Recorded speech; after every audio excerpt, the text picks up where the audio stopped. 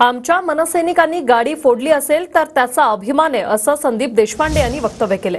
लायकी नसताना राज ठाकरेंवर बोलाल तर जनता प्रसाद देणारच असं संदीप देशपांडे यांनी म्हटलंय।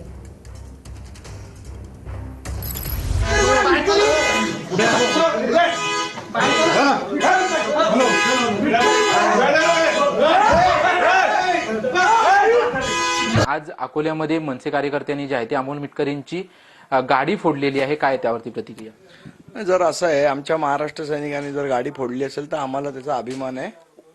राजसाहेबांबरोबर उलट सुलट तुम्ही काय वाटेल ते तुमची लायकी नसताना बोलाल तर त्याचा प्रसाद महाराष्ट्र सैनिक देणारच तुम्हाला।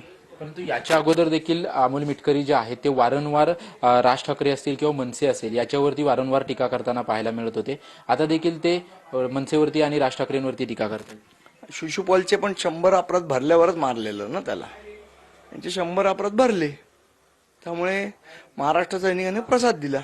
पण त्यांचं म्हणणं आहे की मी अशा धमक्यांना घाबरणार नाही, अशा तोडफोडीला मी घाबरणार नाही, मी माझी देखील लढाई सुरू राहील असं त्यांचं म्हणणं आहे। मग करू दे ना, आमची पण लढाई सुरू राहील। त्यांनी त्यांची लढाई लढावी, आम्ही आमची लढाई लढू। नक्की काय प्रकार त्या ठिकाणी घडला होता? दोन्ही गटाचे कार्यकर्ते जे आहेत ते आमने-सामने आपल्याला पाहायला मिळत आहेत, बाचाबाची जोरात आहे, तुम्ही देखील त्या ठिकाणी उपस्थित होता। कसं आहे, ही त्यांची पहिल्यापासून जुनी पद्धत आहे।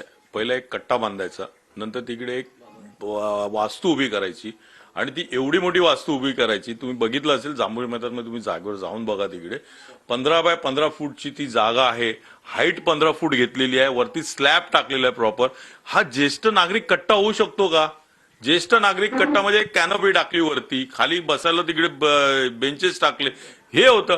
एक तर एक मैदान वरळी मध्ये मैदान नाहीये, एक जांभुरी मैदान आहे, तिकडे पण हे प्रकार चालू झालेले आहेत। ज्येष्ठ नागरिकांच्या नावाखाली फक्त जागा गिळंकृत करायची आहे, कारण आता तिकडे डेव्हलपमेंट चालू झालेली आहे। ज्येष्ठ नागरिक थोडे दिवस बसतील तिकडे आणि नंतर ही त्यांची शाखा होणार आहे, ज्या त्यांच्या अनधिकृत शाखा आहेत ना, त्या पद्धतीने ही एक शाखा होणार आहे आणि हा त्यांचा डाव आहे। कॅमेरामॅन गणेश राठेसह निवृत्ती बाबर, TV9 मराठी, मुंबई।